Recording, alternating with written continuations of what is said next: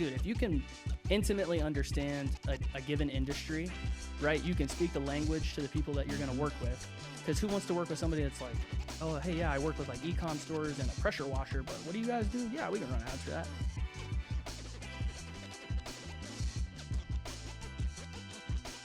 Hey, what's up, everybody? Welcome to another episode of Born to Tint with the Miller Brothers. Excited to be here with my big brother, Josh. What's going on, everybody? Today we have a very special guest, Erik Pendleton with Rewired Technologies. We've actually been working with him since about December.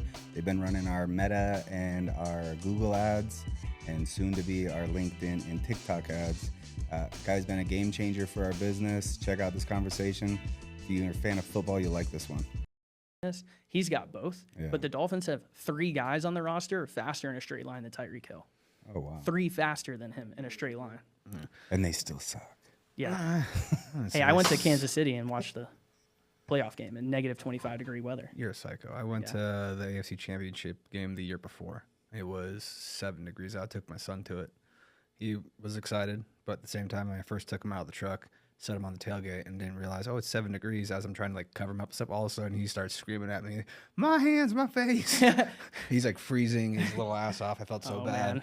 Yeah, my dad's like, shut the tailgate. I'm like, can I cover your grandson up with some clothes first? He is literally screaming in pain right now because of how cold it is. And then he started moving around, and 7 wasn't bad. 7 to 9 wasn't necessarily too bad as long as you were moving. The negative shit, the feels like was negative 27. Yeah, no, I got your phone as your ticket.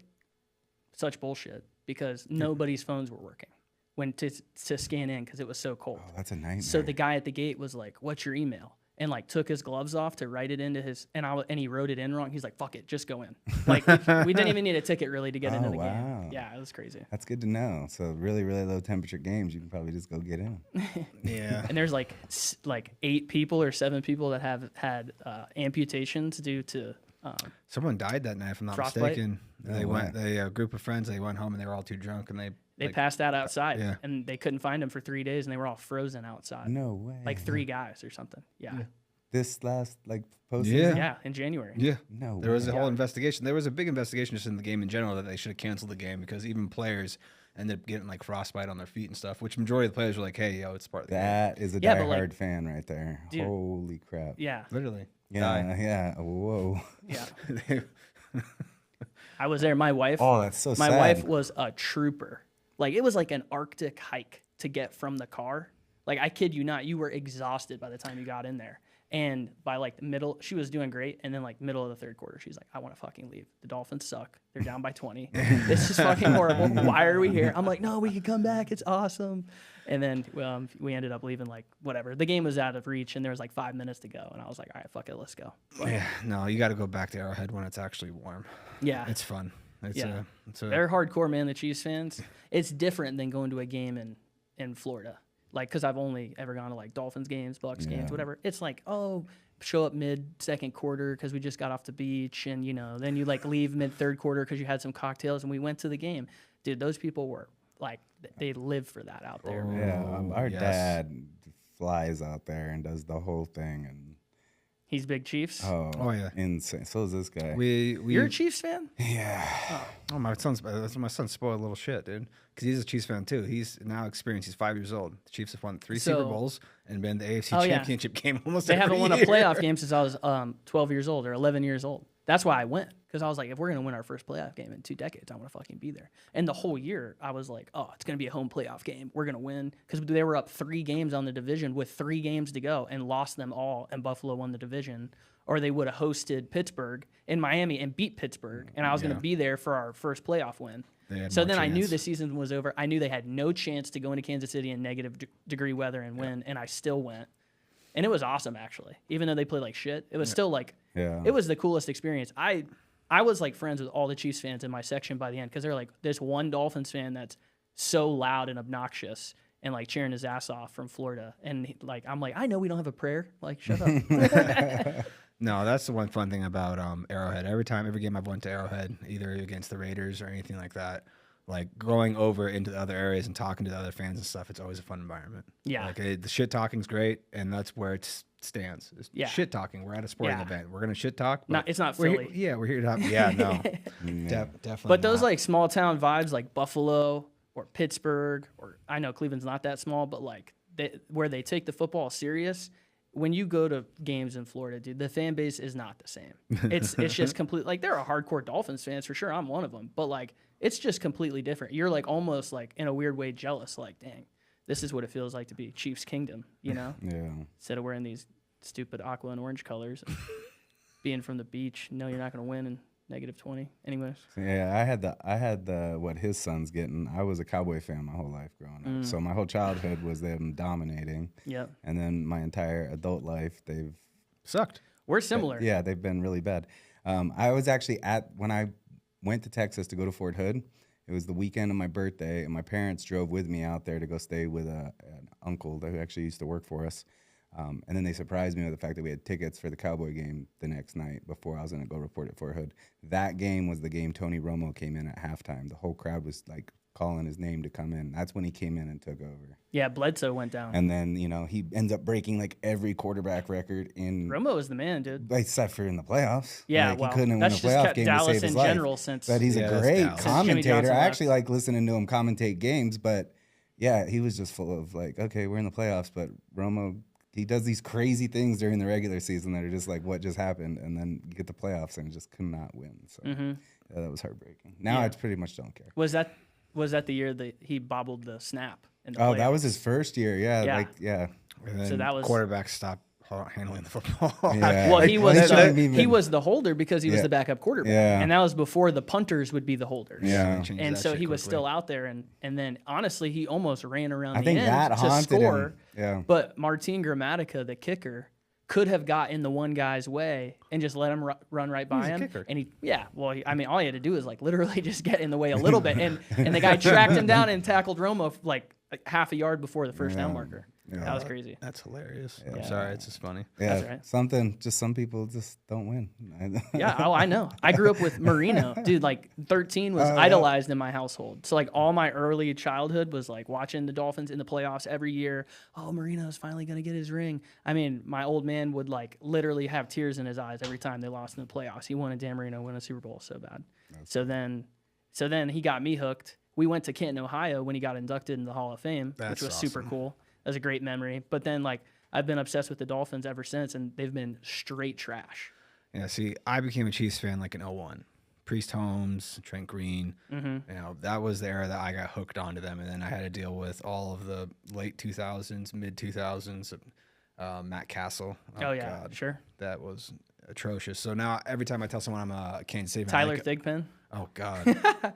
Yeah, no. So every time I tell people I'm a Kansas City fan, they're like, "Oh, bandwagon." I'm like, "You can straight kiss my ass." I Like, can't I wait can for tell somebody you. to say that to me one day. Oh, I was like, I can. I'd be like, you don't even know. Yeah. Dude. Yeah, I was like, no, I was like, I can literally name the 2 wins we had when Matt Castle was our quarterback. Yeah. Like, and because they were like Super Bowl wins for me that season. That season was atrocious. We went 2-14. We beat Aaron Rodgers in the game opener, which was like a miracle. We were like, oh my God, we might be good. And then we just got crushed the rest of the season. And then we beat Drew Brees in the Dome.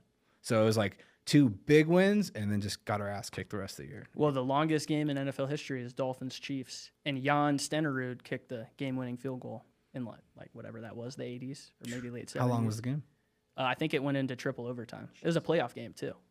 So my dad remembers it because it was a playoff game and it was around Christmas, and the game was like a 1 o'clock kickoff, and it was like into the evening, and they were in triple overtime, and the game was still going on, and my mom was like, "Ed, it's fucking Christmas." He's like, "The game's in triple OT." Like, hell yeah. So it's pretty legendary. that's too So funny. you grew up in Florida. Grew up in Florida, Sarasota, and it's ironic because you guys are grown up here.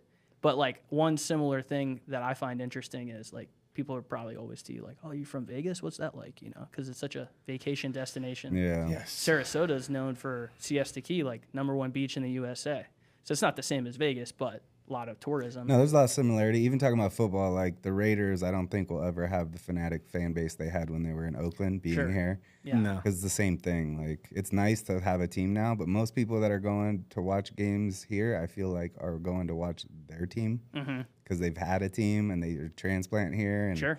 oh, like the Cowboys are coming for preseason this year. I'm going to that game just Nice. because why not? Yeah. But it's like, I kind of want to be a Raider fan just to be a fan of the local team for my kids to be, you You've know. already I- said you I- were. Like, make your mind up. Are you gonna? I mean, I really don't care about football at all, to be honest with you. But if I'm going to support a team, let's support the local team and get my kids to be fans of the local team because they suck right now, and one day they'll be good? Well, the stadium Yeah, looks pretty sure. nice. It's really Drove by nice. it on the way in. It looks Yeah. beautiful, man. Yeah, it's insane, man. Yeah. No, I call it Arrowhead West because the Chiefs still haven't lost there.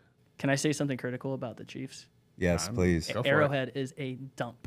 Oh, they deserve. That is the crummiest that- stadium I've ever been in my whole life. Oh, they're already they've been going back and forth all last year about funding for the stadium, and then, They need to.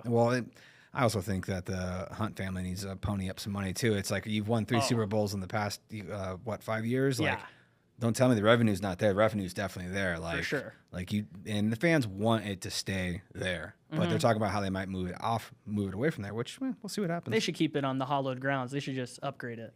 But an interesting stat, so they had the players vote on it, but they vote on like the worst. team nutrition, facilities, treatment of the players. The Dolphins were like #1 across the board in every category, like sports science and dietitians and like off-season programs and whatever, like to support the players. They have not won a playoff game in 20 years, longest playoff win drought. Who was dead last in every single category? Kansas City. The Chiefs. Oh. And they've won wow. like every Super Bowl, or they've however many AFC title games and how many Super You got Bowls. a penny pinch just to make sure you can afford a Mahomes. I Or guess. you just keep the players motivated and not let them feel like they're kings. I think there's actually kind of a little bit of a psychology to that, you know? Yeah. Like, I don't know, in a weird way, like you get told you're the greatest, and everything's like perfect for you everywhere you go and set up versus like the old school vibe of a like OG locker room. You know what I mean? Like, oh, we're grungy. This is Yeah. Arrowhead. You know, like Most we're out definitely. here to play. I don't know.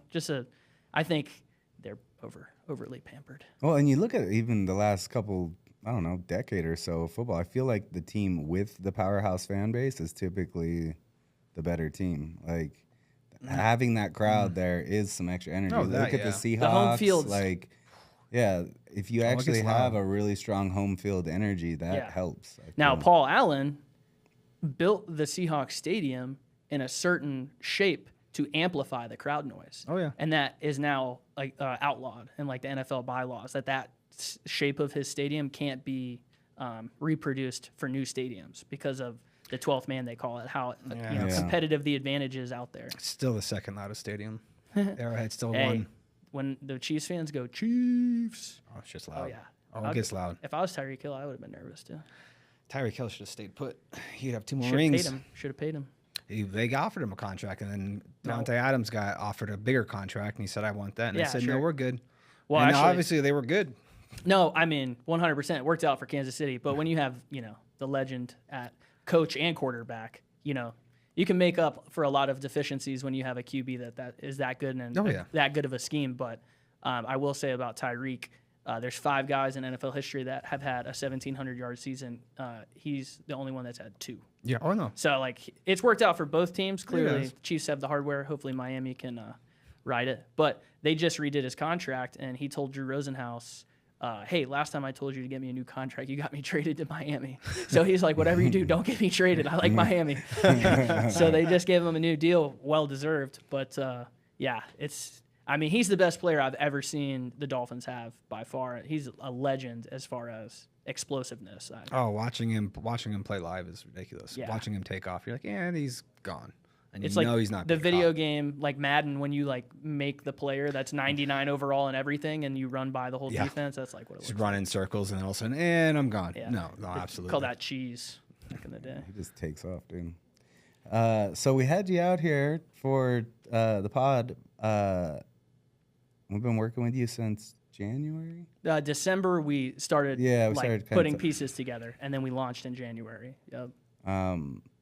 How did you get into running an ad agency? Like, Well, I've been around the block in digital, affiliate marketing, native marketing, organic, and then paid. But we had a local agency in Sarasota that did a lot of really good work in the automotive space. And so me and my 2 business partners, Dylan and Drew, worked there together. We were our own little unit within the unit. So I brought in the deals and did all the biz dev and relationship building. Dylan was our chief meta ad strategist or architect.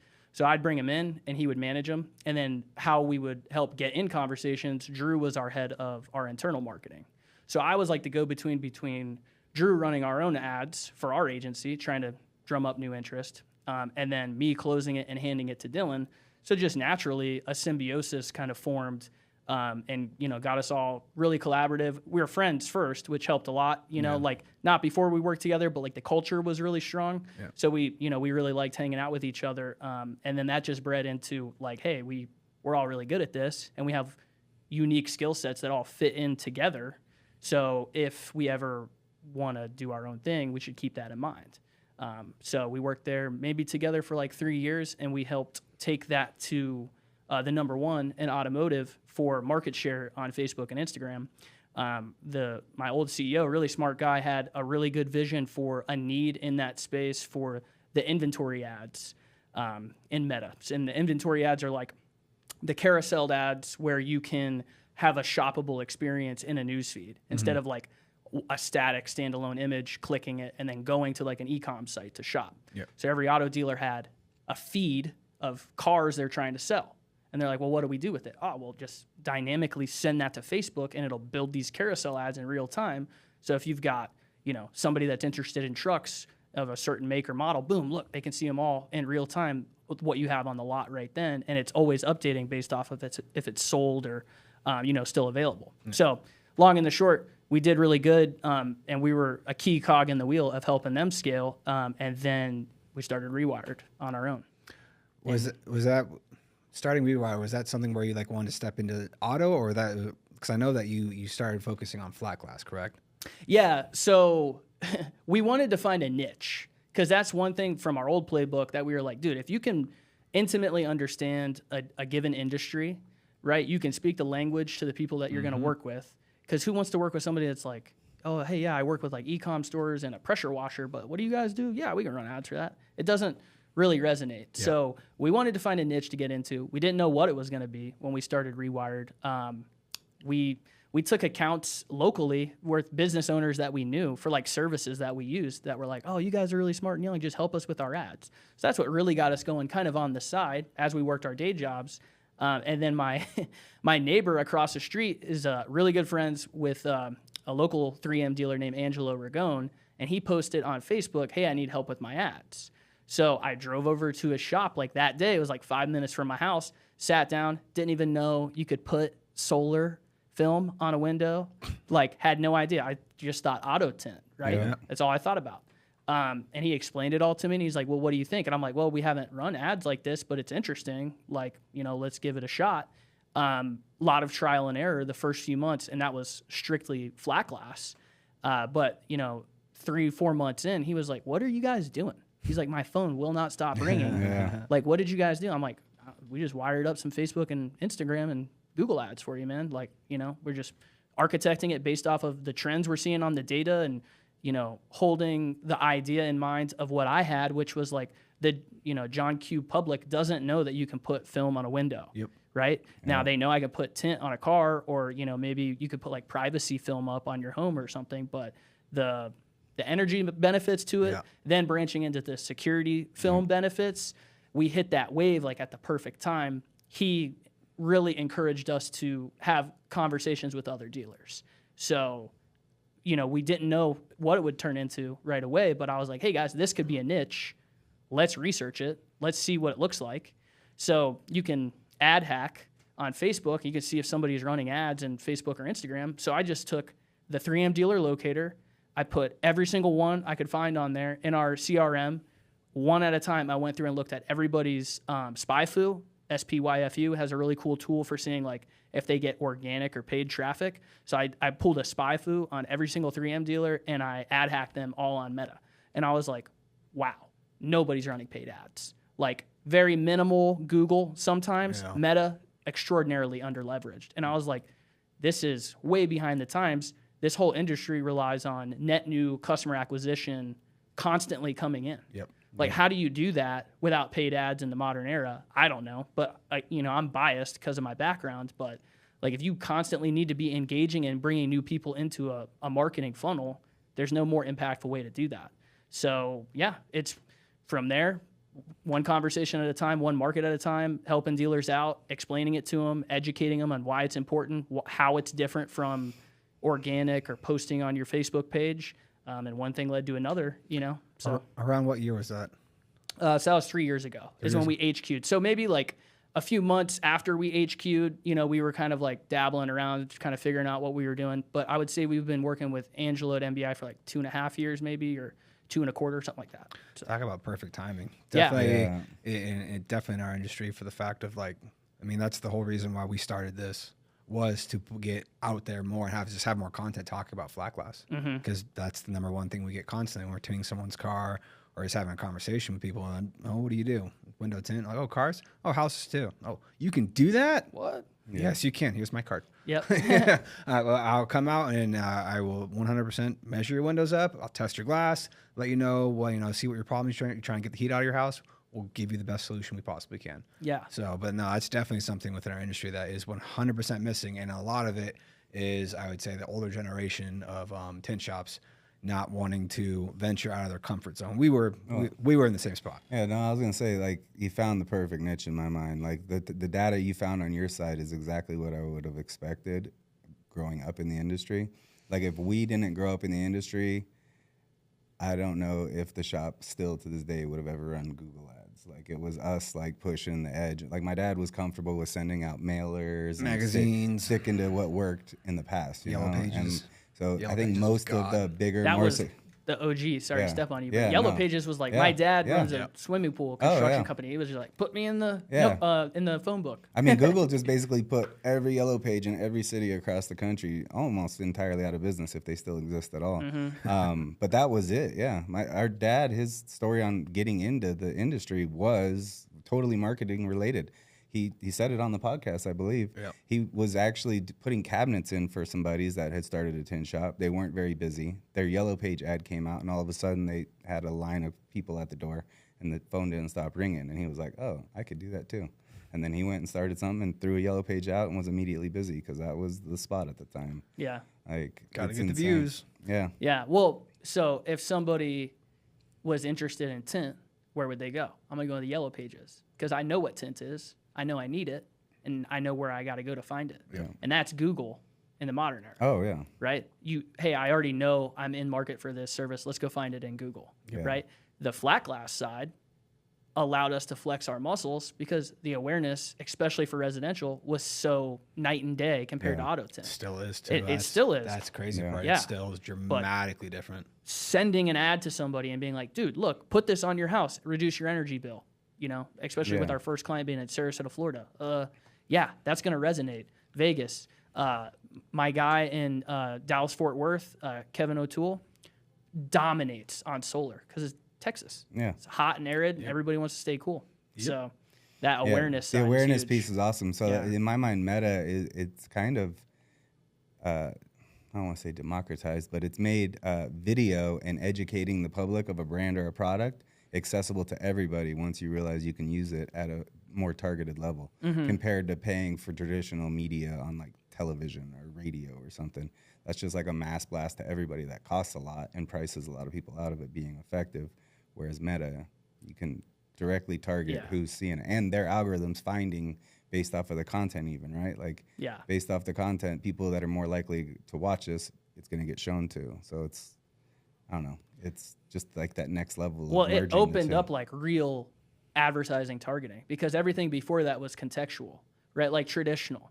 You know, you're going to run an ad for, I don't know, like the gym or something. You run a local gym, right? Well, what program are you going to run that ad on? Well, probably the game, right? You got the homies watching the game and like watching these guys that are all jacked go out there and play. And then you're like, oh, well, this is where that audience is going to live. Let's run an ad for that. Or like contextual can be online now as well on a certain domain, right? Like you run a golf website, so then like Titleist is running an ad on your site, right? Because it all makes sense. You know that's where that audience live. Meta opened up the, hey, you don't need to contextually target. We have the data, we've got the algo. Like, what do you need? We got you. We'll target them individually and we'll find them for you. You know, so it definitely it's an interesting evolution. It's kind of scary for some people. I don't think many people know what they're really doing with your data. We do, but well, that's the funny thing. Having paid attention to how this marketing's happening for a long time now, just because of the business, when people tell me like it's listening to me, and all of a sudden I search something, and then that's what they're doing. That's why it's free. Like they're not being sneaky about it. They're straight up. That's their business model. Like That's where they make money. They make money selling ads on your data. That's why the service is free. And like, because you are the product. yeah, like Facebook is free and always will be. Yeah. Every time you log in, right? Well, Yeah. Okay, but I'm on here all the time. Why is it free? Because you're the product. What's funny though is like I don't mind it. It's nice if I'm searching for something that I need, and I like this just happened to me recently. I was looking at tickets for shows on the Strip. You're coming to town. It's my wife's birthday. I was looking at stuff for the Sphere. I searched some comedy stuff. Now I'm getting ads for comedy shows in Vegas popping up on my Instagram feed. I wasn't getting those before, but I did one Google search, and now I'm getting them. And like one of them actually looked pretty interesting. I might go to it, and I didn't have to keep searching. Like it kind of came to me. Yeah, I find it convenient. Yeah, like, same. And when you accept the terms and conditions, because nobody goes to like their Chrome browser and goes to Facebook.com. You have the Facebook app. Yep. You have the Instagram app. You have the WhatsApp app. So you're in the ecosystem when you have that on your device. So it's checking what you're searching around on Google or what you're engaging with. Like it goes deep. But the funny thing is like the machine learning. So like the algorithm, people like eyes roll in the back of their head when you say that because they're like, what does that really mean? It's like, if you're searching for end tables and sectional couches, then all of a sudden you go in your feed and you get a coffee table. And they're like, how did they know we're redoing our living room? It's like, well, it's inferring that if you're looking for end tables and sectional couches, maybe you're redoing your living room and you might need a coffee table or a new entertainment stand. So that's like the machine learning. The next layer, which whatever if they have admitted this or not, why do you give it access to your camera and your microphone? Because it's listening to you. oh yeah. So when you have the conversation, they know that Yeah, you're you establishing an interest or a behavior that makes sense. Yeah, So, and you can go into settings and turn that off. Like, yep. so it's like they're not being sneaky about it. Like, No. it's literally in your settings that you can make it to where they can stop doing that. Yeah. No, Just and nobody's doing that. Yeah, I'm a proponent for it 100%. I enjoy being served up ads, especially for like different clothing brands and stuff. That I'm like Bird Dogs. They have amazing marketing. I never even heard about those guys until they flooded my feeds, and I was like, these guys are awesome. Yeah. Their like ads were like really clever and like really funny and engaging, and I spent like $500 on shorts and pants from them on like my first order, just because I was like, I want to support them. They have cool advertising. So the introduction to different brands is definitely cool, or the brand awareness. Yeah, that's been the big thing for us, man. Like now that we're like doing at least somewhat right, I feel like, as far as more organic content doing this, I kind of always see how we could do better. Somewhat right. No, well, since you've been running the ads and leveraging the fact that we are putting more organic content out there, and we do have so much more content to be fed through those ads, I'm going on consultations, and I have it happens every single day that they're like, oh, you're the guy in the video, or like they're clearly following along. I had my daughter came to work. I think I already talked about it on here once, but my daughter came to work with me 2 days in a row. The first day was like, bring your daughter to work day. The second day was a teacher in service, and she wanted to come back with me again. The first day I recorded her being with me all day and posted it. And the very first consultation of the next morning, the lady opens the door and she's like, oh, is it bring your daughter to work day again? I was like, That's no, so it's teacher sick. in service. So- That was yesterday. It was like, You're like, no, she's our new lead like, installer. I know you're on our Instagram. Like, it was like, oh, That's amazing. That is amazing. Like, Yeah. it was like, oh, okay, this is working like crazy. And I'm getting the feedback from customers, even when I don't ask. They're telling me that's where they, like, your guys' Instagram is so amazing. And it's like, okay, well, people are seeing it. Like, And then that initial conversation's already out of the way. Like, yeah, they already know you. There's for the a most part. foundation of trust laid. Yep. Because they see you and then you're there in person. And it almost like, I don't want to say like starstruck, but like if you see anybody on TV a bunch or on media a bunch and then you see them in person, you're like, oh, I know you. Yeah. You know, it's like, oh, It's you're like the that guy. parasocial relationship. Like any podcast you listen to a bunch, it's like you kind of know more about that person than maybe some of your closest friends. Yeah. Like, I listen to every single episode of Joe Rogan. I was You know just what going to mean? say, Like, I hey, can young almost Jamie, predict- look up Yeah, episode 1, Yeah. Green Valley. I mean, I can almost guess what he's. No, scroll back, a scroll story back. he's You about- went too quick. Just Yeah, kidding. he's about to tell a story, and it's like I already know the end of that story. You know, Yeah. like that's kind of weird, but it's also kind of cool. Yeah, but your guys' content is what separates you. Because like football analogy, like you have all the talent. You just needed like the scheme put in place to move all the pieces around the right way. That's all we did. Your guys' content is a tribute to you knowing your market, you knowing your customer, you know, like having a unique vibe to your brand or a unique tone to your brand. That's what separates it. You know, the organic is great, and it's an element that certainly is important. Yeah. amplifying your messaging with paid ads enhances your organic. Oh yeah. You know, so it's like there's room for everything in the mix. Now, I'm biased. We're a paid media agency. I'd tell you paid's like 80% of the battle, and maybe organic's like the other 20%. Some other guys in this space or realm might have a good argument for the other way. Okay, hey, to each their own. But when you have really good content and you consistently post, and then you start running even just paid meta ads increase your organic search results by 30%. So that's not even people clicking your ads and coming through to your site. That's just people seeing them so much. They're like, oh, I did want to PPF my Cybertruck. Green Valley, right? And now they're in Google. Green Valley. Now they find you. Boom. Yeah. Okay, so how was that organic? Was SEO the primary factor there, or did it balance out? Yeah. So there's always like a... They both play off each other when it Yes, comes down to it. exactly. Like you can't just rely on one. You got to be doing both at the same time when it comes Especially down to it. because you're giving new, fresh ads too. That's the thing I love is anytime we have something that we put out that I like that it should be an ad, or like the algorithm tells us because it gets a good amount of engagement. I just hit you up and go, hey, this one we just did, like let's throw that in there, and boom, and I'll just did that the other day, and by the end of the day, in my own story, I see the shop come up, and it's that video. Like literally that morning, I was just talking to you about this needs to be an ad, and it's like it hit me later that day. Me too. Like I was like, oh, okay. Yeah, which is sick, and tying into the content and how it engages, right? So, and this was a big topic of conversation when we initially partnered together was Advantage Plus in Meta, like how you're leveraging dynamic or AI to let Meta determine which ads are going to perform the best. The old school way was I'm going to build one ad with one image or video and one version of ad copy and one headline, and I'm just going to run that and see what happens. And then you would have marketers be like, oh, okay, well, let's tweak this in the copy, or let's change the asset out and let's see what happens. You're wasting so much time split testing needlessly. Advantage Plus, what it allows you to do is have like 5 different versions of ad copy, 5 different descriptions, 5 different headlines, and up to 10 different pieces of creative, videos or images. And then it dynamically, and basically, which means in real time, it builds that experience based off of Ricky's user preference, and then delivers it in the placement that Ricky is most likely to engage, which might be an Instagram reel and not a Facebook newsfeed placement, right? So now you're split testing in real time. You're leveraging the tech's knowledge of the given prospect on where they're most likely to engage, and then it's helping you determine, well, let's filter this one out. So like when you put that in, all Dylan did was look through your dynamic ad set and go, whoa, what's not our top performer? Let's funnel this one in, and let's see how that impacts. And now it's doing all the heavy lifting for you. So the AI is certainly a buzzword within anything you talk about in business now. But the Advantage Plus model in Meta is really good. And I can't believe that there are still a lot of strategies out there that rely solely on like, oh, well, we ran that for 2 weeks. Let's just build a new ad that's a little bit different and run it again.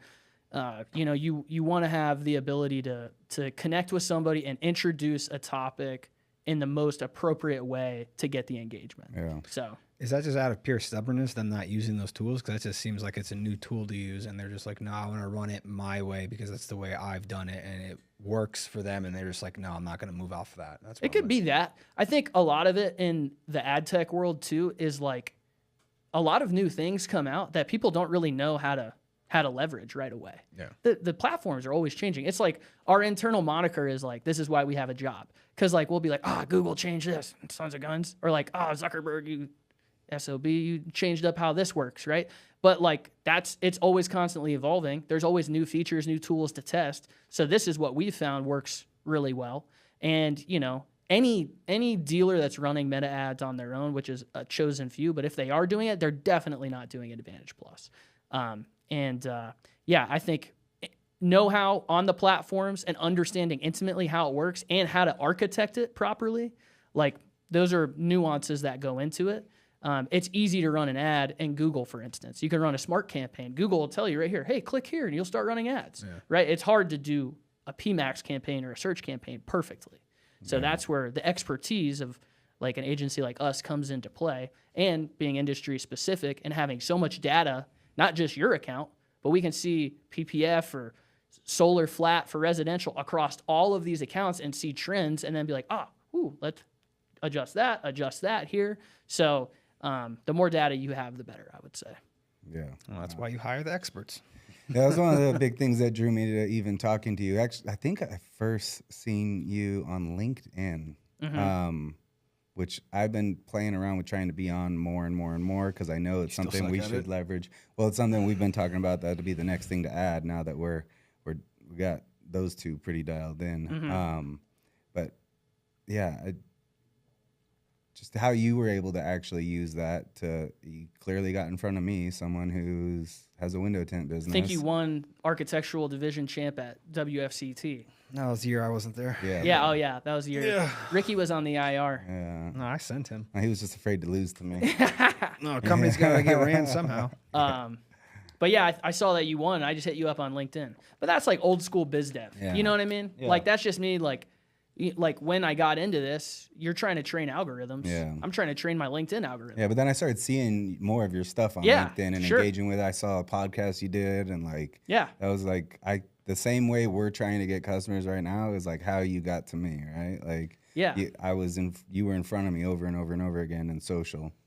Well, it's funny because we run our own internal marketing. Yeah. So we'll do a custom audience. So we've sourced like every single film dealer, like brand specific to a chosen few that we kind of highlighted that are the top performers, but we've sourced them all. So got decision makers information, entered them into our CRM, and then you just take that data and you plug it into Facebook and you say, target these people with an ad. So you're not leveraging the algorithm's targeting capabilities at that point. You're just strictly saying, this is my audience, go after these people. So we have like 10 dealers a week, easy, schedule on our calendar to talk to us about running the marketing. And every single time we get done with the call, exactly what I tell them is, well, how did we get on this call today? You saw what? Oh, I saw your ad, and it was targeted at me, and it spoke to me. So then I came to your site, and I liked it, so I scheduled time. Okay. Where's the guesswork here? Yeah. You need to do the same thing just for your film buyers. Yeah. That's how we landed doing the podcast with Pineda, was the exact same thing. He pitched us in a way to do the podcast. I saw a short piece of content. I was already kind of following him. I saw it, and we'd already been talking about it. I showed it to him, and he's like, absolutely. I filled out the information, put my sister's information in there. They followed up with a phone call, and it was the same thing. And then as we got into doing this, he pretty much told us, like, this is how I do it. Long format to create the short format, blast the short format out there, gain the trust, backs into your long form content. Now your customer trusts you even more. And so like it was the same thing. Like his complete pitch is what landed us, and now we're doing his complete pitch, and that's how we're landing or at least that's how our customer engagements went up. And then same thing with you. You targeted us, you showed us like, hey, this is how this works. And that's how we got in front of you. And now you're doing the same thing for us, and it's doing the exact same thing. You're putting us in front of the clients that we want to be in front of, and then instantly gaining their trust. And the retargeting in Meta is a key cog of that. Yeah. Like your marketing funnel, right? Skinny at the bottom. Everybody's always like, oh, I got Google clicks. It's kind of like mid funnel or like social clicks at the top. But the rate at which somebody will become a lead the first time they visit your site is very low, no matter how strong your initial touch point is. Yep. You got to stay after them. Yep. So like your anecdote about take your daughter to work day, we're retargeting app engagers in Meta for you. So that means people that are going to, not even people that click through to your website, we're retargeting them and following up at them too with your Metapixel. But if somebody visits your social pages, they're getting an ad served to them next time they go through, right? So maybe she, saw your organic post, click through to the Green Valley IG page, and then boom, got hit up again and with another organic post or another piece of paid social and said, oh yeah, okay. And then that allowed for that very cohesive experience to happen.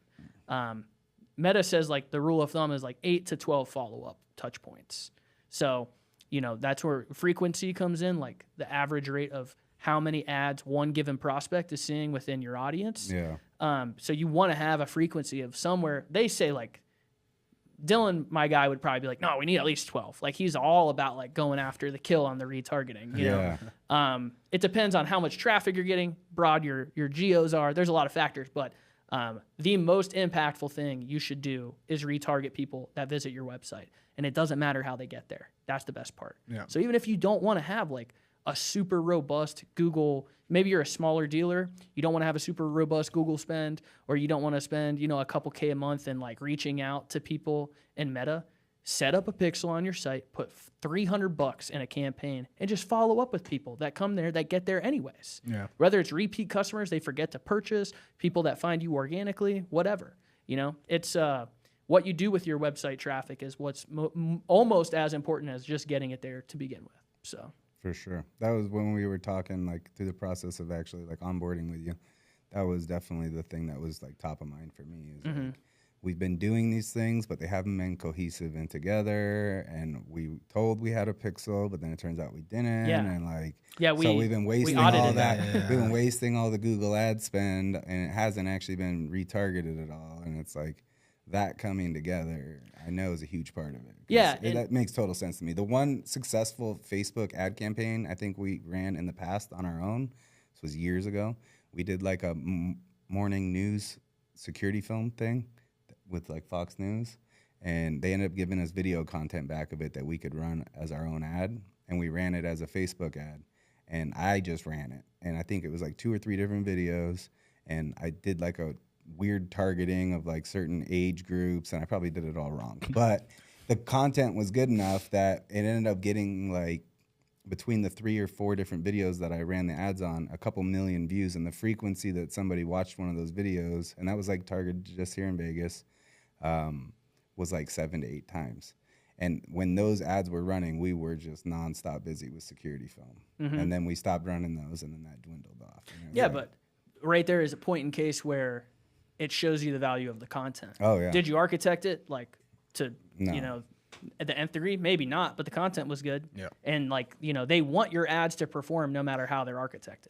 Yeah. Right? So the content matters definitely a lot. Certainly how you set it up is what maximizes your return on ad spend, your ROAS, right? The frequency thing you were just talking about is what made me think of that, because I was like, whoa, we're getting like 3 cents a full video view. It's like 30 seconds. And most people are seeing it like 7 to 8 times. Like that's what stood out when you're just saying that. That makes total sense, though. Yeah, the average number of feet that a Facebook user will scroll in a day. Take a guess. I don't want to know because it's going to be depressing. Feet? Yeah, how many feet? God. Like, think about your news feed, your smartphone, Yeah, right? Because it's 90% mobile. So what is that? 6 inches? Yeah. So how, or maybe less, 4 inches? So how many feet does somebody scroll a day? In a day? 100? No, more than that. Way more than that. 300. 300 feet. I was going to say way more than 100. So that's, See, that's why I like stories, though. You don't got to swipe nothing. yeah, exactly. Sure. It just makes you feel like less like a piece of shit. But I didn't swipe. I was just tapping. I was just tap. for context, that's the height of the Statue of Liberty.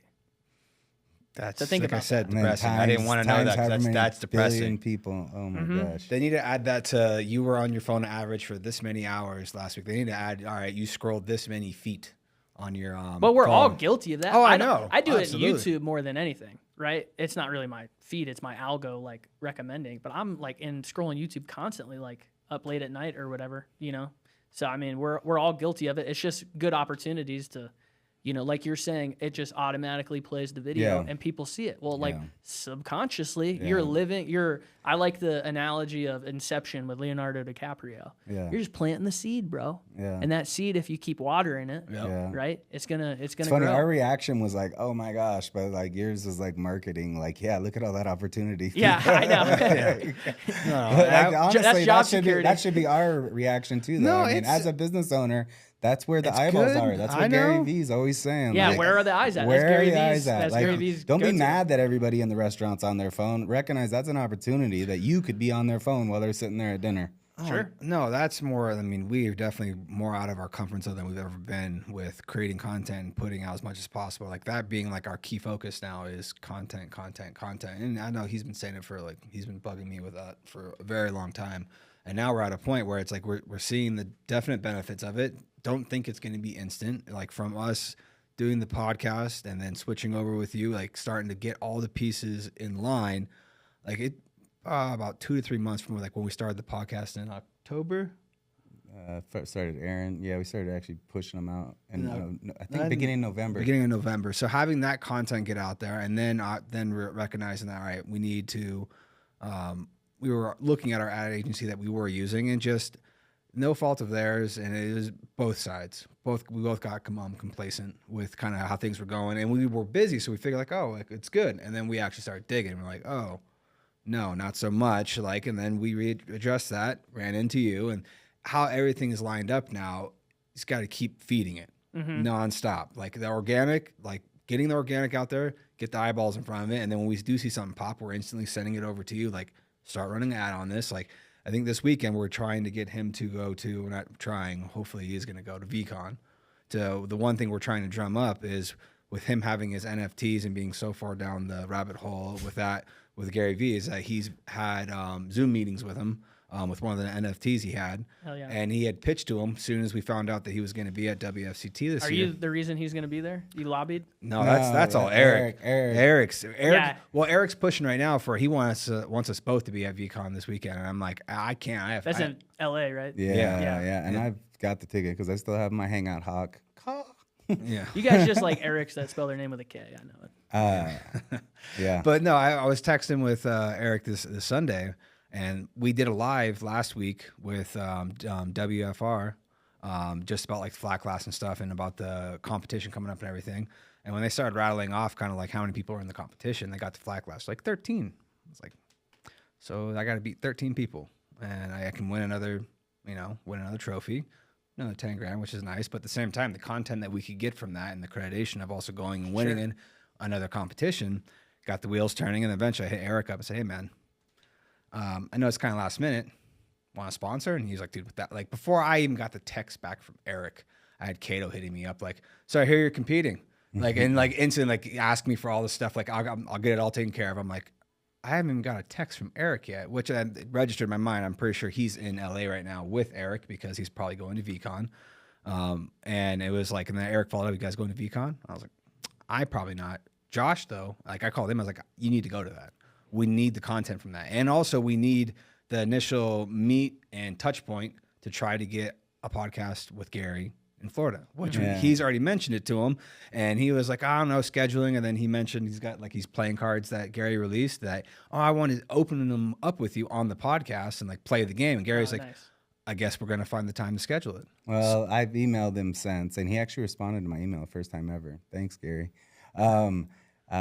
Still saying that it's probably not going to happen, but VCon, I'll definitely get to talk to him because he does a one-on-one with every person there to take a picture, and that'll be like the only thing I talk about. Well, that's what Erik is trying. That's why Erik is pushing Erik's for you to go there. Well, he's the model, man. Yeah. Like, he's an amazing follow.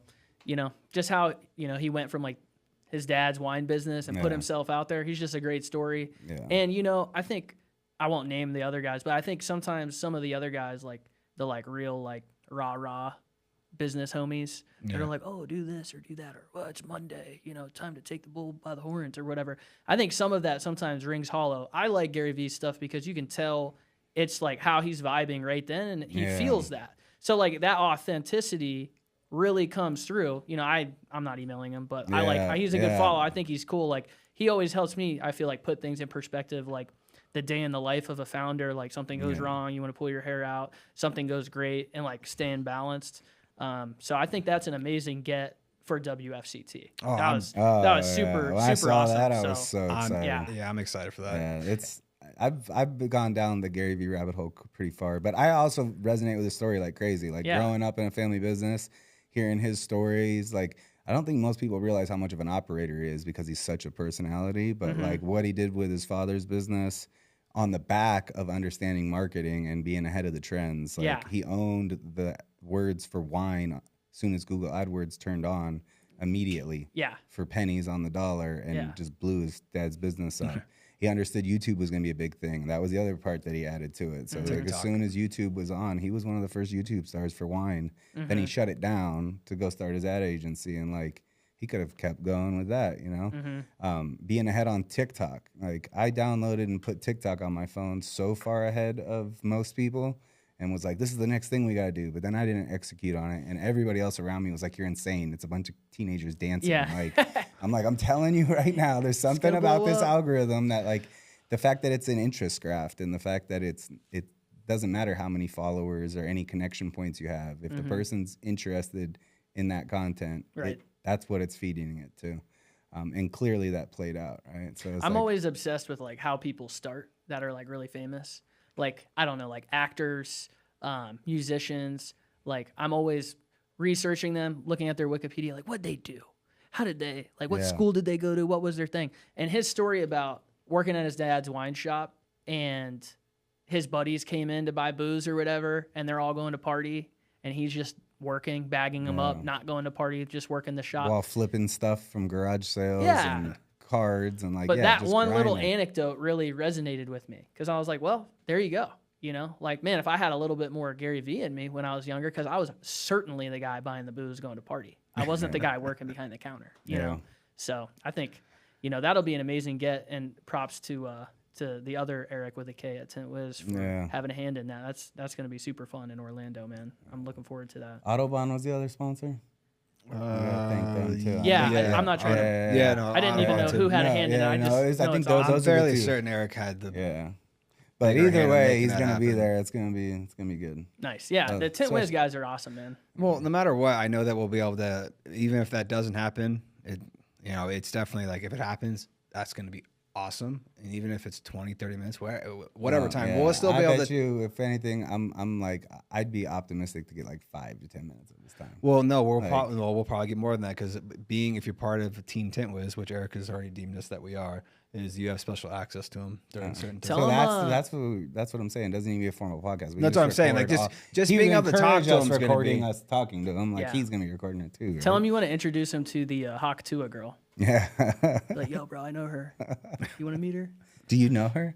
No. Oh. I'm just paying attention to trends, man. That's all. But I know she's your next guest, right? She's on like every podcast. She was on Bill Maher recently. Oh, that would be hilarious. Hey, she hired her agent instantly. And was like, I'm gonna ride this wave. She got I think she called it 16 minutes of fame or something, because it's one more minute than her 15 minutes of fame. Yeah, it's like the agency or her like brand that she set up. That's smart. More power to you, man. I've been it's awesome. following her ever since that, just because like I'm following the trends and like what she's putting out now is actually pretty funny. So it's like I don't know. I like that's the part of like doing social media for business is unfortunately I feel like it sucks me into like wanting to consume more of it just to see what other people are doing. Oh, absolutely. So that then we can use it, you know. So it's kind of like this cycle you get sucked into. The just posting it out there and not having any part of the creative side of it or seeing what the trends are. Like I get the appeal to it and the time you'd save by not being on there, but I kind of enjoy like seeing what are other people doing because there's so much creativity out there.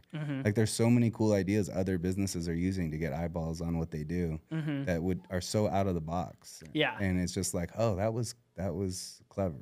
Like, how could we do something similar without totally ripping that off? That's why I have you, Jordan, and Michelle. I just do content, and you guys are like, we should do this. You're I'm like, okay. You're the star in the videos, bro. What are you talking about? Yo, Green so, Valley, Cybertruck in the background. I'm like, Tony Stark's house. Let's go. So happy that he is now a part of a lot of the videos because usually every time I walk or I'm in the shop, a customer sees me. You're the one in the videos. I'm like, yeah, that's me because no one else wants to do it. And like, and you're waxing your handlebar in the mirror. While they walk in, you're like, oh, hey, another fan. What's up? That's awesome. Yeah, but no, I see the need for it now. I understand it, especially going down to Tinder battles and watching the stuff Carlos has put. I mean, Carlos put out. Texas squeegee, bro. Get it right. Watching those clips blow up the way they did, it was just like, holy shit. Like, all right, he's definitely onto something. Like, if you add that little bit of a flair twist to it, like, it grabs the attention. Dude, have you scrolled his TikTok? Like, not the Tinder battles, just like I don't have TikTok. Well, he gets those kind of views on TikTok like all the time on just like normal content. Like but it's not normal content because he's putting he's making it entertaining as hell. That's what he's really good at. Yeah, the entertaining part is the part I think we still struggle with. Like, as long as I'm shit talking you, it's pretty good. So all I gotta do is shit talk you, and we're good. Well, that's what I feel like it always, like, our tagline is because let's get real, your ads suck, right? Like, a lot of people think that's like, oh, that's kind of on the nose, you guys kind of like douchey or whatever. I'm like, no, if you meet us, you know, that's like, we're just having fun. You know what I mean? It's just like a little bit of edge. Like, I'm super into, as an entrepreneurial type guy, into like, be who you are, you know? And I think that when you see guys like that, it's just because that's just who they are. It's not like a put on.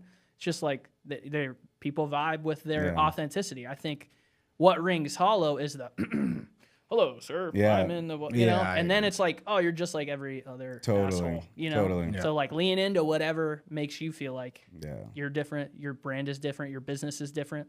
Oh, And I and think you guys do that well. Well, so. it kind of rings true to the Gary V. I mean, you like him because he's authentic. Exactly. Right? Like, That's oh, his people like biggest Rogan because he's authentic. Authenticity is what people are looking for right now Mm-hmm. in the world of everything being all polished and everything. 100%. And yeah. getting rid of that fear of like, oh, if you know, the insecurity of That video me sucks. being Who gives a me shit? is gonna like put people off. Like, okay, it is. But there's gonna be people that are down with your energy and whatever you're doing. And if you're not having to fake it, you can just have the camera rolling all the time and you're gonna get all kinds of cool. That's exactly what Gary does. Right? Yeah. Like just record me all the time. There'll be stuff you can pull out of it. Yeah. Like, And it's always like one take. Yeah. And that's what, for our marketing videos, I always just do, because it's me doing selfie style stuff, right? Always one take. I'll never like go back and be like, oh, I should have maybe said this or clean that up, because then I don't feel like it'll have the same feeling. Yeah. To me, it won't feel the same to me. Then to the viewer, Yeah. that, you know, they'll pick Oh, they up on feel the that. micro expressions and they'll know this is premeditated, so to speak. So I'm always like one shot. If I liked it, awesome, let's roll with it. If not, I'll do something different tomorrow and we'll see what happens. I think that's the beauty of podcasts in my mind is if you can just sit down and have a conversation and forget that it's something that's being recorded and being put out there to the world. Right. There's gonna be spots in that hour, 2 hours, whatever it ends up being, that can be pulled out of it that are educational, maybe entertaining, a story, whatever. But you can tell that it's just two people talking to each other. It's not some scripted thing. That's So why it's like- JRE is number one, dude. Yeah, so because it's like- that long form format. Yeah, but they also do the same thing. They cut Sure. it down into short clips, and I'm sure that's how I got into listening to him. Was there was probably a clip on there in 2015-ish of him talking about Bernie Sanders in some kind of positive way or something. You know it was the then Tom DeLonge UFO whatever, episode, bro. Stop. whatever it was, right? Like, but it's like, but that's the genius of it in my Alex mind, Jones. and like that's why for a long time the now I've been best. saying we got to start a podcast is because there's gonna be people that don't like it, but there's gonna be even guests you have on have a different audience than you have on. Sure. I want to help any guest that comes on get exposed to my audience. In return, I'm going to get exposed to their audience, and you're going to keep gathering a exposing little each other. percentage of the people you have on's audience. And all of a sudden, you got someone watching you from a guest 20 episodes ago who's now like a religious follower, and like that over time, it's not going to scale immediately. But look, Rogan was doing it for what? 7-8 years before he was making any money on it. He was just doing it. But I think he just liked to do it. yeah. And that's why. Yeah. Yeah. He did his. and I he mean, had the I can't money speak to- for yeah, him, but yeah. was his end goal to be like, I'm going to be the No, most totally. influential No. thing around from a news Yeah. standpoint? No, it just Yeah. morphed into that Yeah. because he like was himself in doing it. Yeah. You know, I it's think most so people cool. that get into podcasts, is why like most people don't make it past 10 episodes. It's like 90% of podcasts don't make it past 10 episodes. Is not understanding that that's kind of the magic. Is like it's not Long an game. instant thing. It's Love the process. man. yeah, like I enjoy sitting down having these conversations. Every person we sit down with, I learn something, and that's why I'm like asking questions.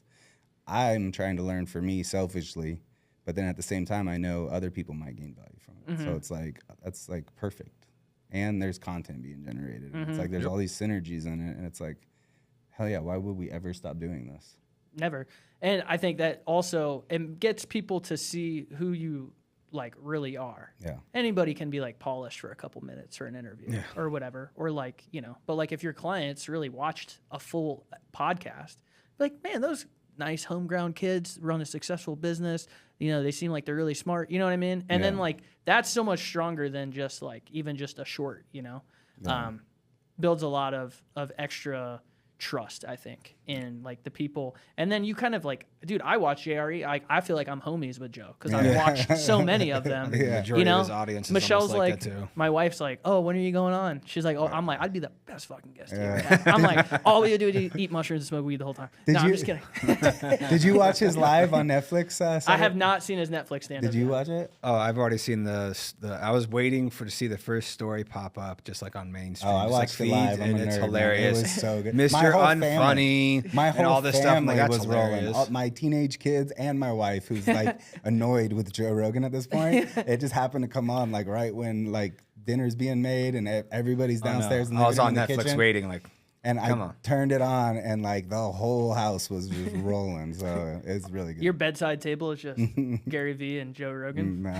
I mean, the only thing Close I'm missing to enough. be like a full member of the cult of Rogan is I don't bow hunt. Yeah. And what's the other Well, thing? he doesn't know anything about football. That's what kills me. Yeah. He had Aaron Rodgers on, Yeah. and he had no good questions for him about the football. I'm like, dude, Nah. if If when you're crazy about the NFL like me, Yeah. like I would have had so many. But I think that's why Rodgers was probably comfortable going on because he knew Yeah. it wasn't going to be about. It's football. not gonna It was be going to be football. about Yeah. his ayahuasca retreat or whatever. Yeah. So I get it, but like, yeah. Anyways, Yeah. Well, he's so into mixed martial arts and Sure. and jujitsu that Yeah. it's like I get that because that's actually why I've gotten less and less interested in football. I did business, 5 kids, doing jujitsu, running. It's like I don't got time for fantasy football anymore. You Like suck at it. that was like the last thing that really kept me plugged in. So I think we're doing a league again for the shop this year. But it's like I'm kind of last year I like bought one of those softwares you can use that helps you do your draft and everything, and I kind of just like let that choose what I did all I'm like, season. I could have a Yeah. cult following fantasy. Yeah, like so this podcast guy's a instantly. maniac. You like He's the fantasy, still huh? totally dialed in. I was in 5 leagues, but I think one of the that's leagues too much. one Yeah. league's just It's too disbanded. much. Because Well, you got a one's guy too much. helping you in one league and killing you in the other league. That's That- fine. No, it's not. Yes, that it ruins it. No, that's why I quit. Because I'd have Tua dominating for me, and then I'm playing him in a matchup. So every Yeah. touchdown, I'm like, well, which league do I want to win more? I want to win I think both. one league is great, and I think It'll it work makes itself out. football better. I watched so many games while I was like diehard into fantasy because I was diehard into it for a little bit, like where I was listening to Sirius fantasy radio like all day long. That was all I would listen to during the fantasy season. If news dropped on something happening, I was like like, on the app changing your making the lineup? Yeah. immediately. Waiver wire. That was the one season I won. I Williams? was putting the time into it, but it's like to me, I don't have the time for it anymore. The leagues that I'm in, I had one league that, well, unfortunately, I think it's disbanding. It was like probably about 12 years ago. We've known it's all like childhood friends and like family and stuff like that. And like this year, 2 or 3, the commissioner dropped, and like, all of a sudden, more people are like, yeah, I don't think I'm gonna be able to do this year. So I think that league's dead as a doornail, unfortunately. But the rest of the leagues, like I played that league because there was about 3 people in that league that I wouldn't say that like that.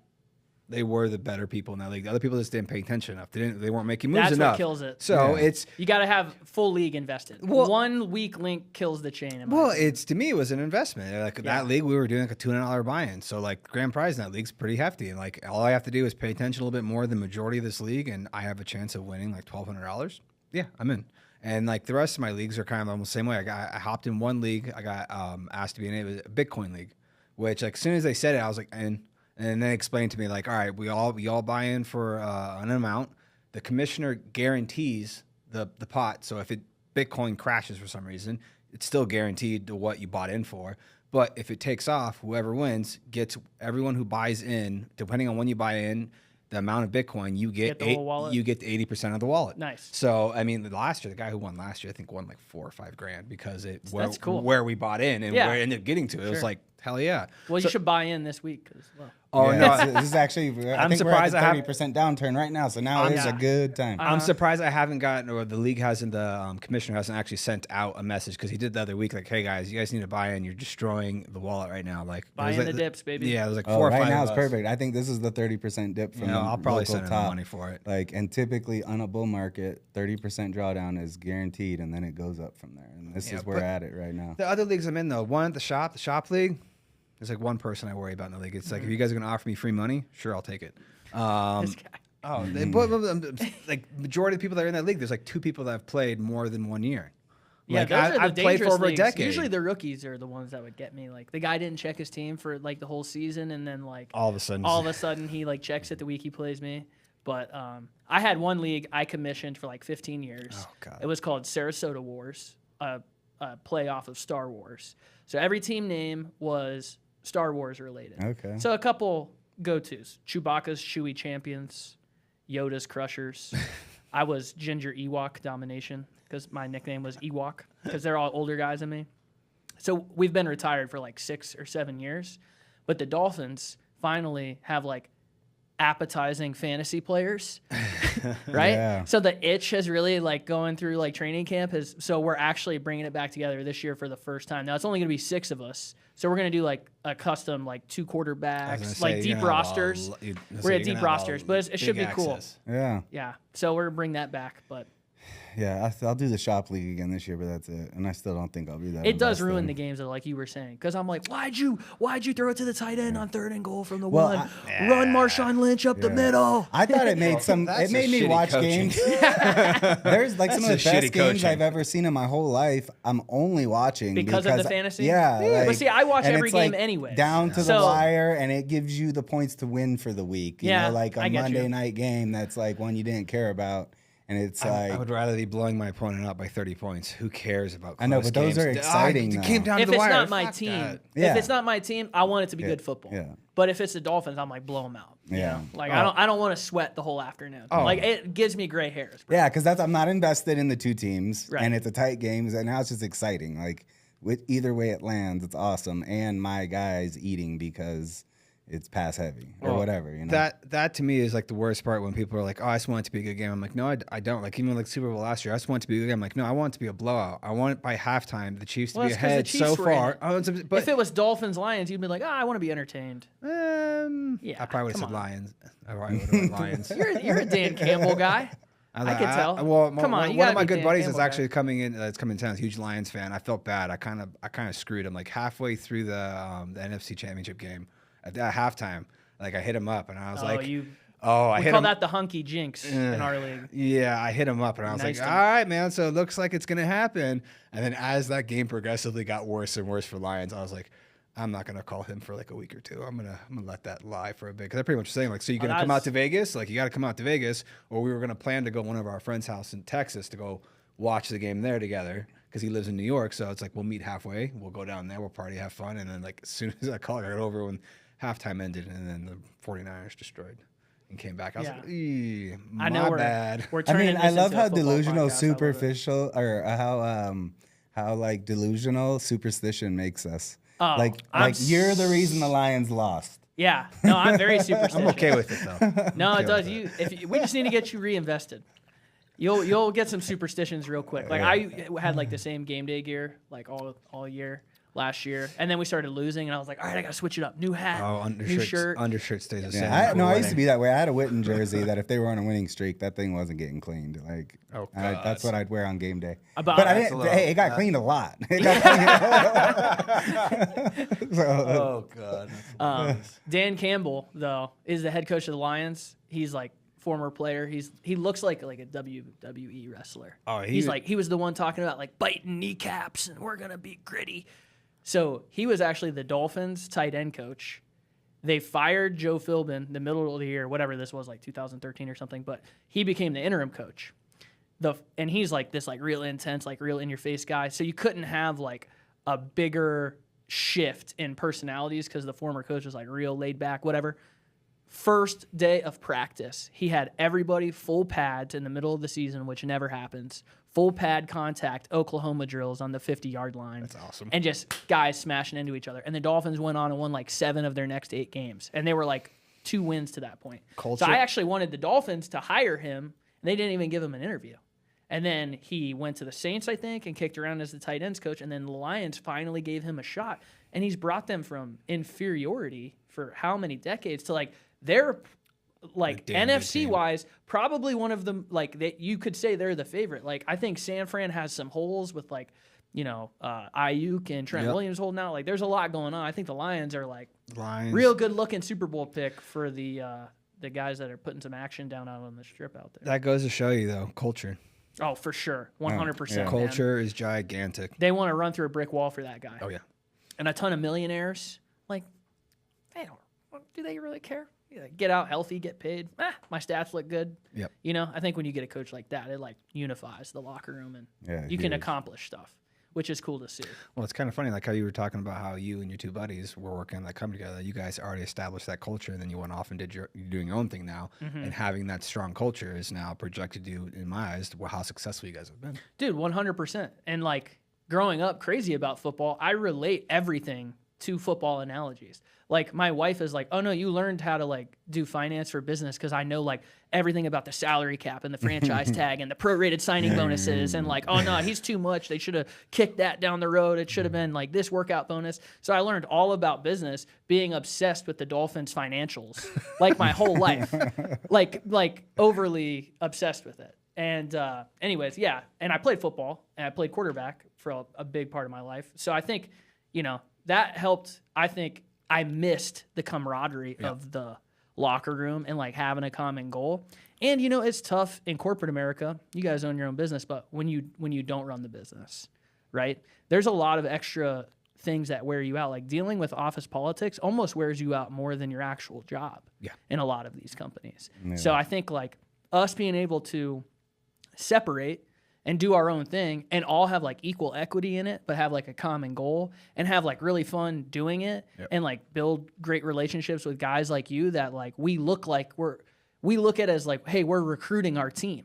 You know, when we have conversations with guys, and this happens, you know, sometimes, you know, there's a lot of red flags, like if we'll take an account on them. You know, because like we want it to be like the right type of person that's going to nurture the sales activity we bring in, but like also from like a standpoint of like, do we want to work with them and like build this relationship and, you know, have this guy on the roster, so to speak. And I think that's one really cool thing about the dealers that we've been able to work with. Like at WFCT last year, we had just a little private get together with like maybe 10 or 11 of our clients. And it was so much fun to see everybody hang out, have fun, kick back.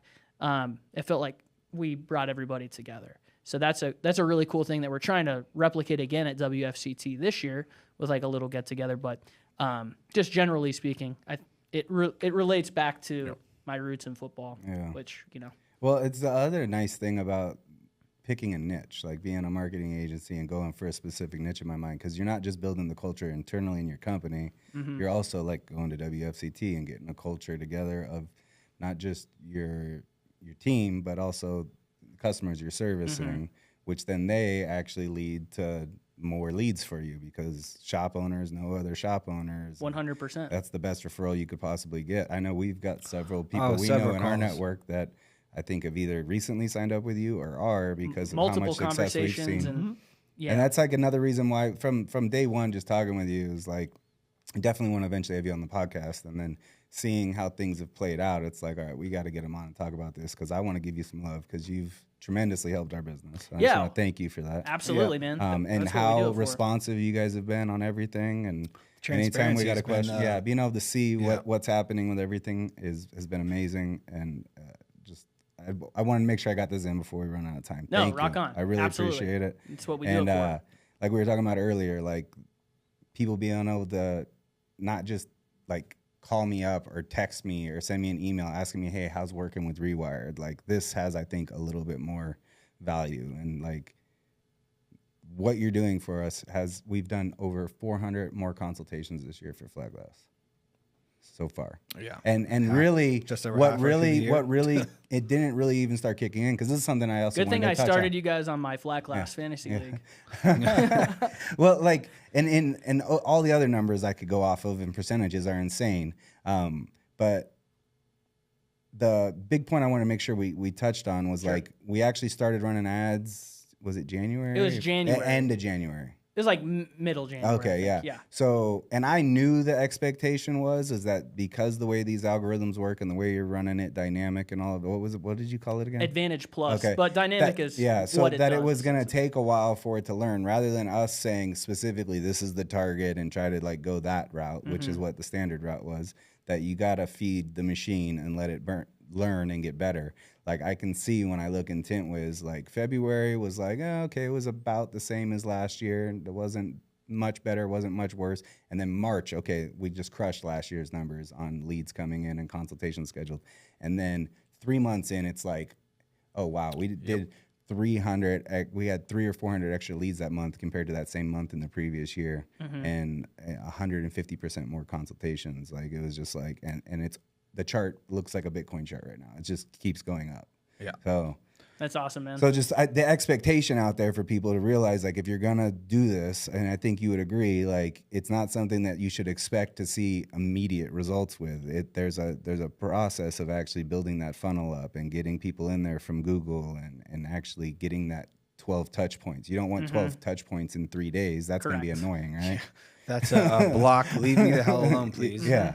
So I don't know. From my end, I feel like that's something that people need to recognize. Is like, I think a lot of people quit on doing meta ads after a month because it's not working. For sure. And it's like, no, you can't do it for a month. You need to give it at least 90 days. At least 90-day barometer. Yeah. That's what I tell. We're unique in how we set stuff up. I've worked at multiple agencies. Everything is line item invoicing based off of like the scope of work. Oh, well, you need us to refine a lead form on your site. Oh, well, let me add a little bit to your bill. And oh, let me add a little bit more here or whatever. Everything's a contract, untransparent ad spend, like fulfillment, right? We don't do any of that. We're like, pay us the rate. That covers everything you need to be successful and working with us month to month. And I tell everybody the same thing, 90-day barometer. You're going to keep your autonomy. We don't want you to feel backed into something. If we work together 6 months and you're not happy, dude, okay, go work somewhere with somebody else. Like, no harm, no foul. No bad breaks here. Yeah. Like, it's all good. But if you give it 90 days and you give my team 90 days, we will get you a result that we feel really good about that. And then it's our job to educate you on how it's improving. You're a little different because you guys had robust strategies already in place. We refined them. And you even still saw that scale. A lot of other guys that have no strategies in place, the moment they turn it on, they're like, whoa, these leads are coming in. So for your situation, it was like you need the 90 days. If you're not running any ads out there and you're listening to this, call me next week in Google. You'll get jobs. Yeah. I promise you. Like, you'll have stuff. Even, Patrick in Tampa, he's always at Tinter Battles. Yeah. Super cool guy. I met him at Tinter Battles in Orlando at Tint Wiz's spot. Chrissy at EPD introduced me to him. Really nice guy. He's Tampa. We're Sarasota. Followed up with him a few times. He's busy. We finally got him going on some Google.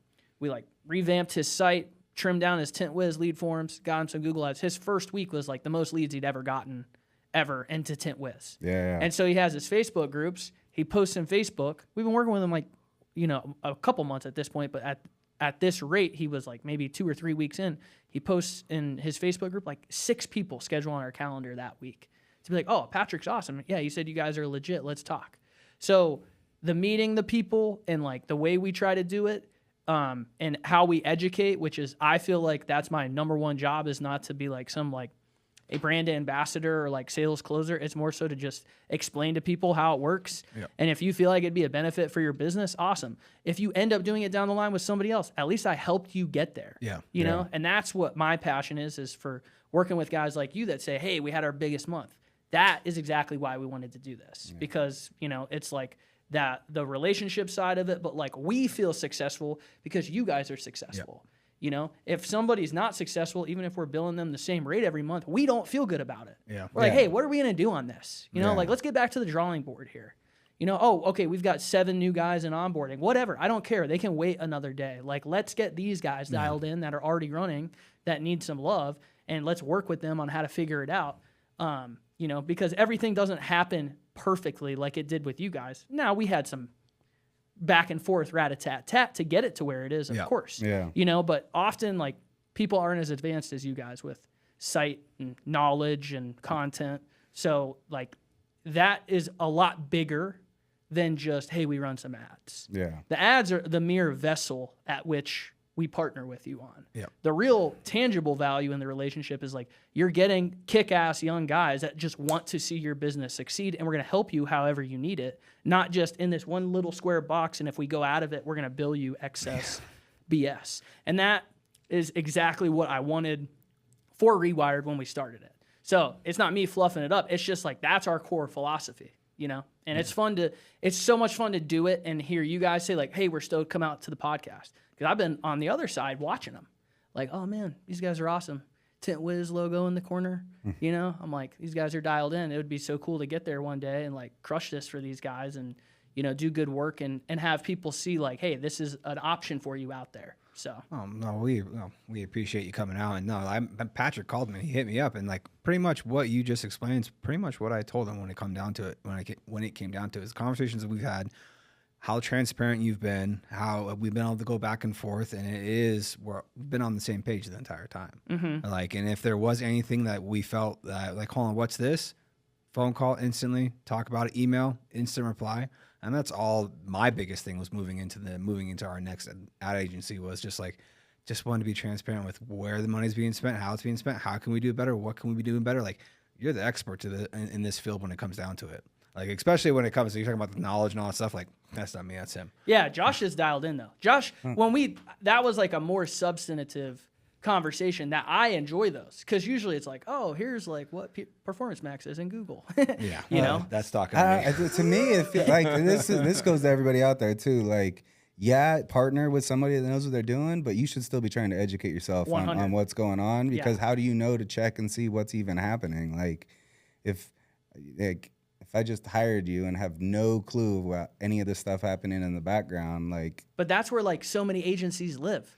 Yeah. Do you know how many like guys our dad's age are like don't know any better? They're like, oh, I've got my marketing and website covered. I strike a check for $2,000 a month to these guys and we're good.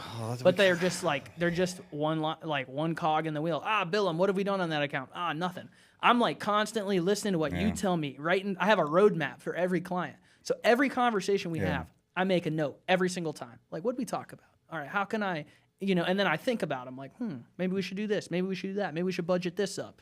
It's not just like a set and forget. Yeah. So my job internally with us is to facilitate and drum up like, hey, here's a priority. Here's something that we can execute on and help somebody out versus I think a lot of the time the adverse is, we set the ads. We're good. Move on to the next one and hope they don't fire us. Yeah. And the point you mentioned, I really liked that, like, yeah, the meta might take some time, but if you're not running Google AdWords at all now, that's instant customers. So I always kind of forget that everybody else is at different steps in the journey. And it's like, we were already using Google to some capacity. It wasn't as optimized as it is now. So it was still giving us something, but it wasn't as good as it could be, especially at the scale we're at now. You start stretching your budget up and all of a sudden stuff gets different. But no, it's like the balance goes like this. Like, you're heavy Google to start because you need a result. Yep. But we need to leave enough fuel in the engine in Meta. And then as that matures, then we even them out based off of the trends. Well, and to me, in my mind, the real power in Meta long term that people really need to think about is there's only especially for flat glass, there's only so many people, you brought this up of why you were even interested in the industry. There's only so many people that know they can tint their home or their business, that we have these solutions to those problems with window film.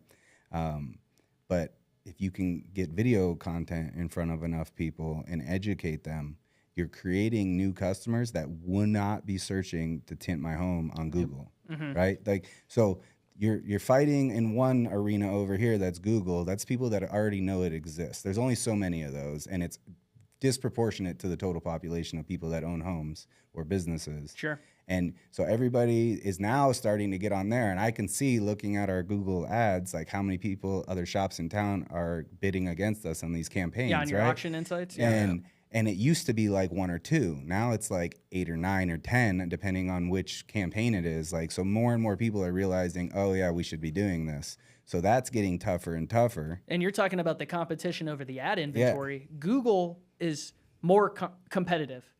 The landscape in Meta is like nothing. And you're creating new customers that are entirely like I'm seeing it day and night, like, or not night, but sometimes it makes it into night. But when I'm going on consultations, I have people over and over and over again. You're I ask the question. You're doing nighttime consultations? I've done some, yeah. But I'm getting people over and over again because I make sure I ask the question. Like, we're already doing it and recording it in TintWiz based off the lead form it came in, or the people at the shop are asking where they came from, and we're tagging it, and we're doing all that. But then I'm following up on the consultation. How'd you find out you could tint your home? Actually, it was your Instagram. Like, I'm hearing that over and over and over again. So, dude, I'm so happy you said that, because that is the most critical element to, if you're a dealer listening to this and you're thinking about doing marketing and you want to be successful, guess what? I can get you people to call you. Are you going to close them? Yep. Yeah. Can you hear me? Inside sales. call the people, message them on Facebook, text them, hit them up multiple times. People don't convert and say, here's my credit card for whatever amount, come do it, put me on the schedule. There's still salesmanship. Now, do you want quality opportunities? Yes. But the reason also that you guys are benefiting is like, yeah, let's round numbers. Let's say 50% of your leads are super qualified. Well, the other 50% aren't, but you pull them into the qualification, right? By the gamesmanship, the salesmanship, the professionalism, the attentiveness to their needs, the follow-up. We've been using, for some clients recently, CallRail. So if you've got a really good looking ad accounts from like lead attribution standpoint, but somebody's like, well, it's really hard for me to like which leads are coming from where, and I don't know like really how I feel about this. Well, we put CallRail tracking on that. So it replaces the phone number every time. So we know the keyword they're searching in Google, and we have the call recorded. So I've put that recently on a couple clients' sites, and it might be something we use more, but in the future, but I'm like, oh, look at these 15, 20 calls. And then you know what it opened our eyes up on? The process that they had in place for taking the leads. Yeah. Right? Because it's not just about us keeping the account. We want them to benefit from what we're doing. Yeah. You know? Like, so, yeah. And I'm like, hey, let me train your inside sales team for you. No extra charge. Let me explain to them, like, the rhythm of how you should follow up with somebody, the types of calls you might get. You know, a competing window film dealer. Hey, is this so-and-so? Oh, no, this isn't. I don't know why we keep getting these calls. No. Hey, we do window film. Do you have a job you're trying to get an estimate for? Yeah. Like, you know, so there's just little things like that, right? Well, look, that's the huge increase in leads that we, and again, it's like a bunch of synergies of stuff all at the same time kind of converging. And our partnership with Pineda doing the one-on-one mentorship. And us like digging into the numbers, we're so overwhelmed with leads. And when I stepped into the sales role, we didn't really have like an inside sales team thing really going. And I even had them sending me the leads that were for Flat Glass so that I could schedule that. So I was doing the inside and the outside. And all of a sudden I had 120 tasks in Tint Wiz, like of things I'm trying to do consultations, trying to follow up on recalling people that didn't answer. Because you're doing it right. Yeah. And that's but the problem is like it was... But it's going to inundate you at that point. But it allowed us to get to the point of like, all right, we need an inside sales team. Right. And that's also helped, I think, that hockey stick is like, because we had so many leads that we couldn't handle them, we had to restructure the way we were taking them and actually going after them, and had somebody, now we have 2 people inside sales and 2 people outside sales. Yeah. So like right now, while we're doing this, there are consultations being scheduled. As soon as the lead hits the account, they're being contacted. And the success rate on those has gone through the roof. But they're calling right away, right? Immediately now, right? That's what we do. I have a sales guy. He's awesome. He's a young dude. He's real hungry. He's great. I worked with him at a different company. His name's Vishu. He's phenomenal. He calls every single lead that comes in within 5 minutes. I said every single time, if they schedule, email them right away. Hey, man, we're so much looking forward to meeting with you. Like, what's your cell phone number? I'd love to call and, like, get a little preliminary info so we can make sure you get the most out of our 10 minutes together, 15 minutes together. Emailing, following up, boom. And we don't spend a lot on our marketing for, like, biz dev purposes, right? We do it for, like, brand awareness, some lead gen, whatever. If we spend $1,000, we close $10,000 a monthly recurring revenue every single time. That's 1,000% return. Can't beat that. Yeah.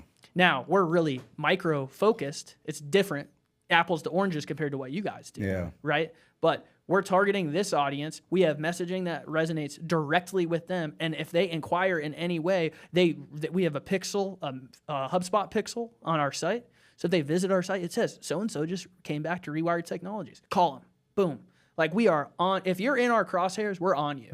You know what I mean? And so it's not this big, vast thing. It's much smaller, so we can be sharp at it. You guys have a much bigger audience. Requires more, bandwidth to execute on that. But I think that's a big element of why you guys have seen the scale you have, is because of the improvements or the optimizations you've made on the sales team. And, my hope is like, yeah, dude, people are always going to call and be like really hot. But some people are always going to be tire kickers. Yeah. Some people are always going to want to get a quote from you and 5 other quotes. Or they want you to answer all their questions right away, even though you don't have all the detail. Like, that's how it goes. That whole process is like, dude, if you get somebody on the phone and they have an interest in this, now you've got to flex your muscles, No, I wanted to give you a compliment, too, on how you guys do reach out to people, because you are on the spot. Every person I've talked to who's called and asked me, like, hey, what do you think about them and everything is, has told me the same thing, that you have been on top of getting a hold of them, but not at the point of annoyance. It was at the point of like you're just there trying to help and keeping in touch with them. Like Right. I wanted to say like that was one thing I've heard from every person I've talked to, is that I one appreciate thing that. that you've been on top of getting a hold of them, letting them know that you're there. Hey, when you got time, you let me know.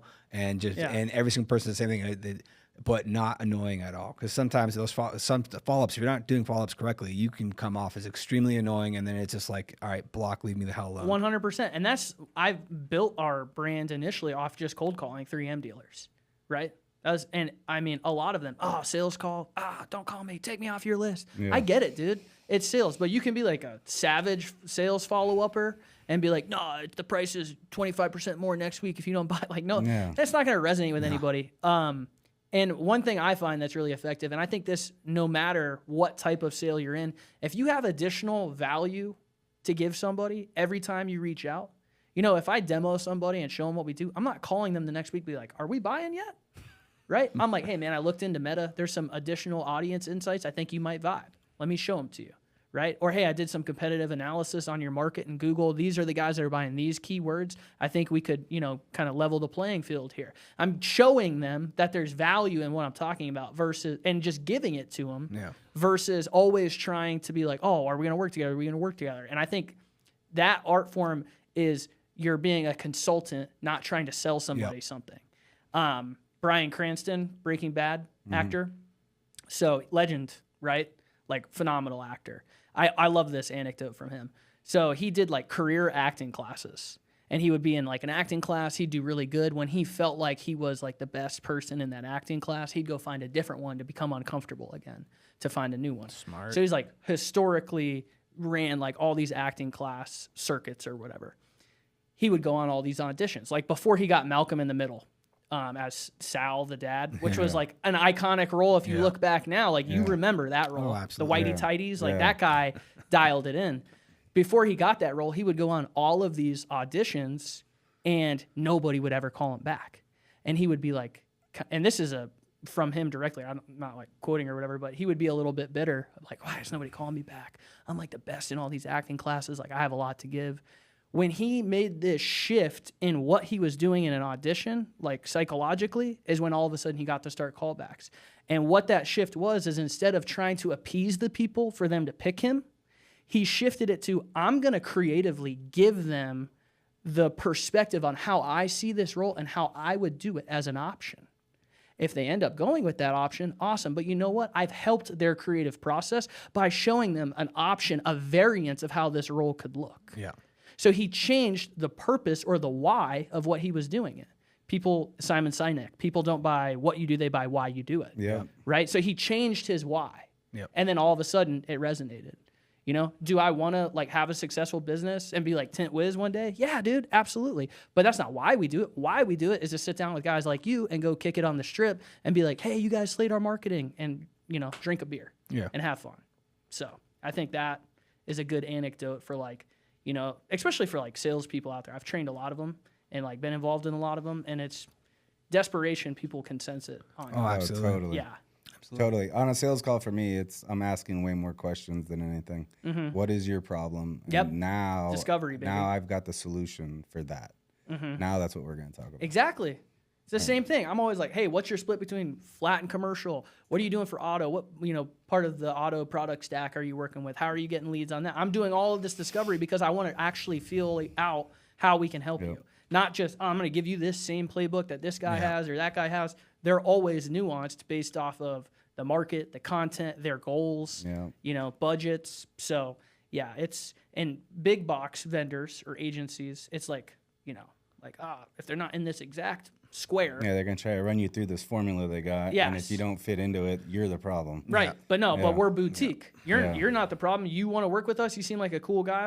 And you're looking for a business partner you can trust. Now it's our job to like rewire your processes and help you out. So Is that the reason for the name? it is. It's kind of a combination of that's like perfect. I tagline. heard, yeah. no. Yeah. It's a combination of Drew and I's name, like kind of mashed up. But yeah, his wife, Megan, came up with it, which was super cool. And we liked it. And it's ironic because there was a Rewired Technologies Solutions or something in Sarasota. And I was like, I don't care. Rewired Technologies is dope. So that's why we. Yeah, that's why there's we no went solution. You're good. with it. Exactly. Well, I think that's probably a good spot right there to kind of Cool, wrap man. this up, man. Yeah. I can't tell you how much we do appreciate you coming out here to do this. Like, I mean, It's my lucky day. I'm gonna go gamble with all these compliments. Yeah, don't do that. don't do that. Did how you Vegas- did you that's bring how us, Vegas did is you bring built. some money out here to lose? Oh, I already lost a little bit. Oh, okay. But you have a set Thank you. amount. You know Oh, where you're dude, gonna I'm not stop? even a big gambler. Okay. Anyways. I think I put like a couple $100 into the slots last night, and I was like, nah, this is boring. Yeah. Yeah, no. I was stalking people, right? So I was like, oh yeah, this is gonna work real well. I'm gonna swoop in. I would like put $100 in and do like the max bet until it's gone. And then I realized every time I would swoop in after stalking, somebody was stalking me. And I'm like, my plans are foiled. The funny part is I have a friend who actually works for a gaming company that he does the mathematics in for the slots. And he's like, after understanding that, he goes, yeah, that whole stalking people shit. He goes, it's the same odds. It's like how you made the Lions lose the playoff game. Right? Exact same thing. Exactly. Exact same thing. But yeah, he's like I actually I'll play video games now more just because they have to they are wired to pay out no matter what a certain amount. It's just, did you get lucky enough to sit down to get that random, hit when it hits? So the whole stocking thing, that's nonsense. Well, we'll put that to the test tonight. All right. Yeah. So funny enough, I say don't gamble. I took my wife out for her birthday last night, and I wanted to take her to do something fun, and she kind of didn't want to do anything. So we went to dinner at La Thai, actually, a recommendation from Brandon from Vegas. Have you been there yet? Where? La Thai? Nope. It's downtown. It's really good. I've actually been there before with Nikki. I don't go because her downtown. mom's been there a bunch, but it kind of came to mind from the Brandon from Vegas episode. But then we decided, like, well, we want to do something else. I was like, want to go gamble a couple $100? We never do that. I was like, okay, cool. Let's We go went and lose a sat couple down, hundred. played blackjack, and I kept losing. She kept winning. I kept taking her money and losing it for us until I lost it all. And it was like, okay, we're done. That's awesome. Well, at least you're funding our school. Well, and Good job. the dealer just kept being like with Yeah. the decisions She's like, we were "Stop, making. dude." Like, no, don't do that. Yeah. Like, She's trying to help you we were play your making game. all the wrong choices. Like, hit me, and she's like, Are you sure? oh, I got to do it since you motioned it, but you shouldn't have done that. You bust. I'm assuming everyone at the table got up and left. No, it was just the two of us. Okay, I was good. smart enough to just go sit down on an empty table, so we didn't mess with nobody else. Nice. Yeah. That was the local in me. Smart. I at least know Very that smart. like we don't know what we're doing, and this is gonna go bad most likely. So You should just ask the dealer for help. They all help. they were kind. She was Because kind if of you helping us. win, you tip them. They could give Yeah. a shit less if you win. Or lose. They Well, there was one time that I think I made the right choice where Nikki should have split, and I was like, "You should split that," and she was like, like, and then she actually won the whole thing, so it was good. Before we go, I just want to shout out a couple other clients that are really near and dear to us. Ty Sullivan at SPF, obviously Angela Ergon at MBI, Amber and Mike at Apex in Rochester, Steve and Senna at APG in New Jersey, just to name a few of dealers that trusted us like you guys did and that are seeing good results and that we have a passion for helping. So I just wanted to get them in there before. Where's the best place for them to find you? Yep. Obviously, let's not forget you're that. on everything. Rewiredtech.io. Okay. Yeah, input output. So that's why we're the trendy. It's not .com anymore, guys. You gotta Yeah. keep up with it. And then we're on Insta and Facebook, and I'm most active on LinkedIn for like my personal account. So you can keep up with us there as well. All right, guys. You know how this works. Hey, follow along. We appreciate you guys following along. Definitely check Erik out at Rewired, especially if you're looking to expand your business. It's been a breath of fresh air working with someone who the transparency and the culture, when it does come down to it, it's refreshing and to actually partner up with somebody to where his passion comes through in his work. So definitely come check him out. Appreciate you guys following along. See you on the next one. Yeah, thank you, everybody, and huge thank you to you, man. You've Of really course. been a game changer, and how responsive you are. I know I bug you a lot, but No, you're. it's why we immediate, do it. and I don't feel like you feel like you're being bugged. So that's It's all why right. I Next keep. time we have our record month, I just expect Dolphins tickets, and then we'll all go. Do they play out here this year at all? They do. actually. We might be able to make that They happen. do play in. Well, They might- do play in Vegas. Yeah. Okay. We might be Well, able to you make might be that coming happen. out again, man. Yeah, Because we okay. definitely got tickets. We have for Well, you. we'll be here tickets. for We got- SEMA too. Yeah, we got Oh, season, yeah. we have season tickets. You guys have season tickets? Yeah. You don't Hey. even like football. But the Chiefs come here once a year. Oh, that's why. Yeah, like I said, it's Arrowhead West. When it Oh, comes you down mean to you mean it. Taylor Swift comes here once a year? Hey, Now, apparently. last year we went to the game. Obviously, where our seats are, we have 6 seats down below the suites. Like in the back of our seats are the concrete wall, and then it's the suites right behind us, and then we have 3 seats up on upper level that's on the 50-yard line. We're going to get down in our seats, and I look up to the left, and like there's no one really in the suite yet, and also I see in the back of it, I'm like, that is Patrick Mahomes' brother, and it ended up being his entire family, his wife, everyone was sitting right behind us. Be the one game Taylor Swift doesn't go to, because if she was there, more than likely they all would have been right behind us. And you wear your Shake It Off shirt. Oh God. All right, that's a good spot to end it. Yeah. Subscribe. See you next time, guys. See you guys.